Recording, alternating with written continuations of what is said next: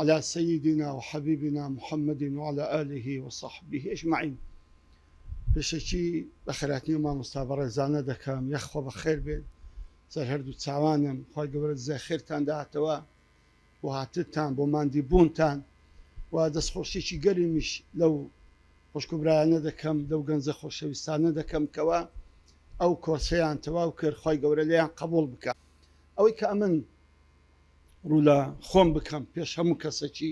ئینجا ڕوولە ئێوەی بەڕێز بکەم ئەویش ئەوەیە ئەوڕۆکە لەو زروف و زەمانەی ئێمە سەرشانمان زۆر قورسە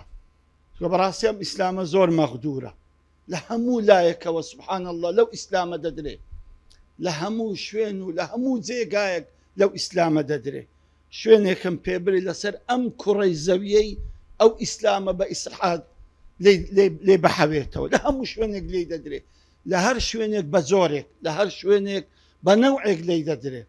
ئێمە بەرپرسیارین لەو ئیسلامە کە خوای گەورە ئێمە شەرەفمەند کرد کەوا ئێمە هیدایەتدا پێغەمبەری پێناساندین عەلەیهی سەڵات وەسەلام ئەو دین و نیعمەتەی پێبەخشین وەخوای گەورە علمی پێبەخشین ئێمەی کردە داعی و بانخوازی ئەم دینە لێکەواتە ئێمە لە هەموو کەسێک زیاتر سەرشانمان قورسترە و بەرپرسیارەتیمان قورسترە کەوە غەم لەو دینە بخۆین کە ببین بە خزمەتکاری ئەم دینە ببین بە ئەوەی کە چۆن لەو مەرحەلەدا جوانترین خزمەتی ئەم ئیسلامە بکەم و بە تایبەتی گەنجان بەڕاستی وەکو مامۆستا سلێمان فەرمووی لە تاریخی ئیسلامیدا لە ژیاننامەی پێغەمبەر عەلەیهی سەڵات وەسەلام دەست پێ بکە هەتاکو ئەو ڕۆکەش ئەوانەی کە خزمەتی ئەو دینیان کردووە ئەوانەی کە ئەم دینیان بەرز کردوتەوە ئەوانەی کە ئەم دینیان بە هەموو دنیا گەیاندووە تەنها گەنجە و بە هەر گەنجیش دەکرێتن چکە ئەم هیممەتە ئەم غیرەتە ئەم جیهادە بەڕێوەبردننی ئەم سەحوەیە ئەم زندی و کوردنەوەی ئەو علمەیە خزمەتی ئەو علمە هەمووی بە گەنجان دەکرێت بەڕاستی ئەوەی بە گەنجان دەکرێت بە کەسێک ناکرێت یەکێکی وەکو محەممەدی کوڕی قاسم کە عمری 17 ساڵ بۆ قیادەی جێیشێکی کردووە کەوا 10,000 کەس بوو چووە هیند و سندی فەتح کردووە لە ساڵی 97 هیجری محەممەدی کوڕی قاسم چوو بیلادی سند دوای بیلادی هیندیشیان ئەوە فەتح کرد هەر ئەو خێر و بەرەکەتەی کە لەوێ هەیە حتاکو ئێستاش هەمووی لە دەفتەری ئەعمالی محەممەدی کوڕی قاسم دەنووسرێتن لێکەواتە بەڕاستی ئەو گەنجانە بوون کەوا ئیسلامیان بە هەموو دنیا گەیان لە زۆر شوێنان ئیسلام لەو پەڕی خەتەر بوو بەڵام کۆمەڵە گەنجێک سەریان پێکرد و وعد و پەیمانیان داخوای کەوا هەموو وەخت و کاتیان لە پێناوی ئەو دینە بەنەسەرێ ئەو گەنجانە توانیان دووبارە ئەو نور و بەرەکەت و ئەو نیعمەتە بەسەر خەڵکیدا ئاشنا بکەنەوە جا خۆشەویستانم گەنجانی بەڕێزم سێشت زۆر گرینگە لۆ برای گەنج کەوا لە خۆی بینتەجێ یەکەمینیان دەرچخێندن و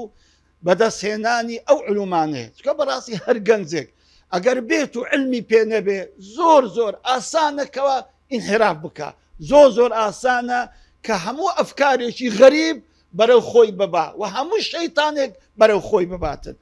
زۆر پێویستە مانعیان ئەوەی کە ئەو گەنجە ئەپارێزی علومە دەرس خوێندنە بە چۆک دانیشتنە بەرامبەر مامۆستایان بەردەوام متاڵعەکردنە چکە بەڕاستی ئەو همت و ئەو غیرەت و ئەو جورئەت و ئەو نەشاتە و ئەو وزەی لە قەلبی گەنجدایە لە قەلبی کەسێکدا نییە کە تاقەتی احتیمالە ئەمن 50 لاپەڕی بخین مۆژانە سەری بگرم بەڵام گەنجێک دەتوانێت بە ماوەیەکی زۆر کورت کتێبی خلاص بکاتن و تەواوی بکات دەیکەواتە بەڕاستی پێویستانە هەم زۆر بخینن و هەم زۆر زانست بەدەست بێنن و هەمان کاتیشدا زۆر متاڵعە بکەن وەختان زۆرە کاتان زۆرە دەتوانن ئەو کاتانە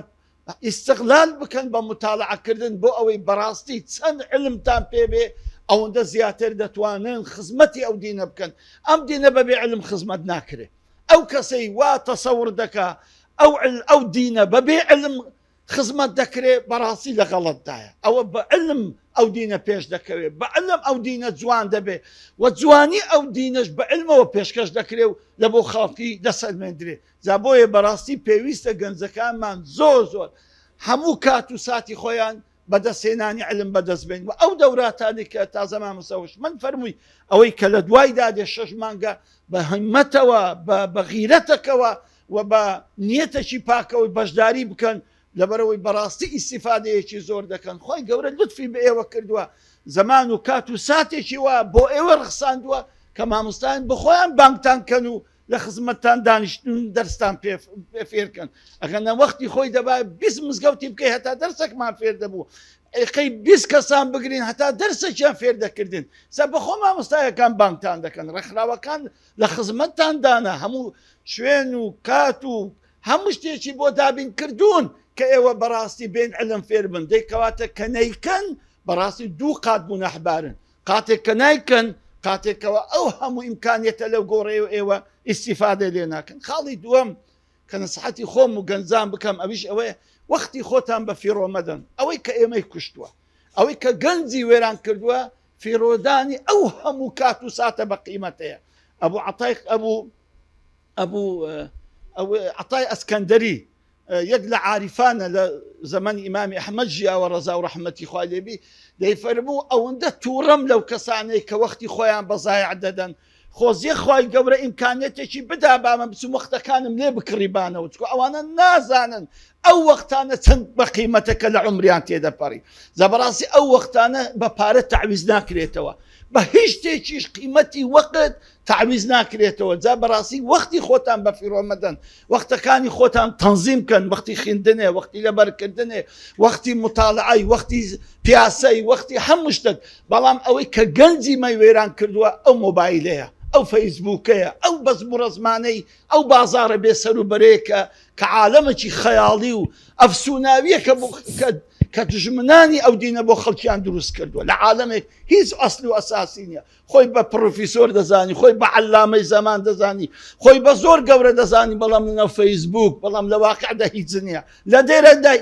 زەڕە غیرەتیشی نییە بەڵام لەناو فەیسبووکدا خۆی بە پاڵەوان و بە ڕۆستەم لە قەڵەم دەدا جا بەڕاستی ئەوانە هەموو وەهم و خەیاڵن هەمووی هیچ نین تەنها عمرتان بەزایع دەدەن وەرە لە واقعدا بۆ خۆتان بژین ئەو وەختە جوانانە ئیستیغلالکەن بۆی بەڕاستی باشترین زەخیرە بۆ خۆتان پەیداکەن هەر گەنجێک ئەگەر نەتوانی لە گەنجی خۆی دروستکە بەخوای لە پاش 40 ساڵی بە حیاتت دروست نابی هەتا گەنجی هەتا عمرت هەتا سەحەتت خۆشە هەتا عمرت پێ دەکرێت کاتت هەیە ئەوانە مەفەوتێنە لەبەر ئەوەی دروست بووە بە گەنجی دروست بووە بڕۆ تەمەشای ژیاننامەی ئەو هەموو عولەما گەورانە بخینەوە هەموو لە گەنجێتی توانیتیان علم بەدەست بێنن هەموو لە گەنجێتی توانیتیان هەموو گەنجی خۆیان لە تەڵەبی علم و لە داواکردنی علم بەدەست بێنن جا بەڕاستی نابی ئێوە وەختی خۆتان بفەوتێن چونکە وەخت فەوتان یعنی ئینتیحار یعنی خۆکوشتن حیفە وەڵڵاهی پێم سەیرە یعنی کە گەنجێک دادەنیشی سەعاتێک لەسەر فەیسبووک کاکە سعاتێک دەزانی سعاتێک ئەگەر بێی دابنیشی کتێبێک بخینەوە دەکات چەند سەفحە کە 100 سەفحە ئەگەر قابلیەتی خوێندنت هەبێ ئەگەر نەخۆ 50 وەرەقەی دەتوانی بە سعاتێک بخوێنە 50 وەرەقە دەزانی چەند علمی تێدایە بەخۆی ئەو خەتخەتۆکە و مەدخەتۆکەی فەیسبووکی هیچی تێدا نیە ئەو هەموو کۆمیتە بێ سەر و بەرە هیچ علمی تێدا نیە وە پێتامرم علم لەناو فەیسبووکی بەدەست ناکەوی بابەجان دەبێ علم لە ناو کتێب بەدەست دەکەوی دەبێ مە مطالعات و ببێ جا بۆیە بەڕاستی حیفە عمری خۆمان لە ناو ئەو سۆشیال میدیا بێمەعنە عالەمە جیهانیە ئەفسوناویە ئەو عالەمە خەیاڵیە ئێمە عمری خۆمانی تێدا زایع دەکەن جا هیوادارم ئیشاڵڵا بە تەمەنی خۆمان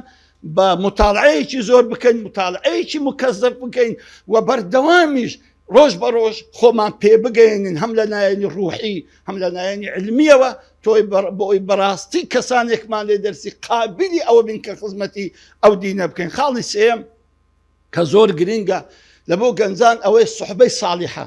بەڕاستی زۆر ئاگاتان لە برادری خۆتان بی ئەوەی کە ئەوڕۆ گەنجان ئینحراف پێ دەکەن لایەن دەداتن تەنها برادری خراپە الصاحب كالصاحب بەڕاستی برادراتی وەکو ساحبێ وایە ڕات دەکێشی چەند کەسێن هەبووە کە وەڵڵاهی زۆر بەدین بووە زۆر بە قابلیەتیش بووە بەڵام بەداخەوە برادرێکی خراپ ئینحرافی پێ کردووە ئەو شتەی کە لەکنی بووە یعنی زۆر بێ قیمەتی کردووە وەی لێ هاتووە ئەو کوڕە گەنجە ئەو برا عەزیزەمان لە دەست بڕوا و وە لە خەتی ڕازلای بدات جا بۆیە زۆر ئاگاتان لە برادراتی خۆتان بی کەسێک مەکەنە برادەر و هاوڕێی خۆتان کە قابلی برادراتی نەبی هەر کەسێک کە دەکەنە برادەرتان سێ مەرزی تێدابی یەکەمین بەدیتنی خوات بەبیر بێتەوە بە دانیشتنی علمە زیادکە ئەگەر ڕۆیشتی غەیبەتن نەکە هەر برادەرێک هەر دۆستێک هەر عەزیزێکت هەر هاوڕێیەکت ئەو سێ سیفەتەی تێدا نەبوو مەیکە برادەری خۆت لەبەرەوەی عمرت بە زایع دەدا و کاتت بە فیڕۆ دەدا و هیچیش ئیسیفادەی لێ ناکەی. هیوادارم ئینشاءڵڵا گەنجانم ئێوە وەکو مامۆستا هوشمەند فەرمووی بەڕاستی ئیسلام ئینتیزاری ئێوە دەکا، بەڕاستی ئەم دینە ئەو علمە ئەو هەموو کتابانە هەمووی ئینتیزاری هیمەتی ئێوە دەکەن کە ئێوە ئەو ئیسلامە دووبارە عەزیزکەنەوە، دووبارە خزمەتی ئەو دینە بکەنەوە و ئەو ئیسلامە بێنازە، ئەو ئیسلامە کە مەغدورە لە هەموو دنیا ئێوە ببن بە هەڵگری تەواوی ئەم دینە و ئینشاءڵڵا ئەو دینە بە جوانترین شێوە هەم لە خۆمان جێبەجێ بکەین و لە ماڵ و منداڵمان و بۆ عالەمیشی ئیسپات بکەین. یا ڕەبی خوای گەورە سەرفراستان کە، خوای گەورە سەرکەوتوتان کە. دووبارە دەستخۆشی لەو مامۆستا عەزیزانە دەکەم کە بەگەر ئەو گەنجانە ماندی بوون، هیمەتیان کرد، وەختی خۆیان پێبەخشین، خوای گەورە جزای خێریان بداتەوە و دەستخۆشیش لەو گەنجانە دەکەم و هیوادارم ئینشاءڵڵا چەند قاتی تر لەو گەنجانە بێن ئێمەش لەو ڕێکخراوەدا لە خزمەتیان داینە. ئەو ڕێکخراوی ئێوەیە، ئیمە نییە، بە قورئان ئێوە هیمەتی مە ئەوەیە کە چتان لازمە، چتان پێویست ئێمە بۆتان حازر بکەین و لۆتان فەراهەم بێنین لەسەر ئێوەشە کەوا هیمەت بکەن ڕۆژ بە ڕۆژ هاوکاری ئێمە بن بۆ ئەوی ڕۆژ بە ڕۆژ دەست لە ناو دەست خزمەتی ئەو دین و ئەو سەحوە و ئەو دینە بکەین ئینشاءڵڵا. وصلی الله على محمد وعلى آل محمد.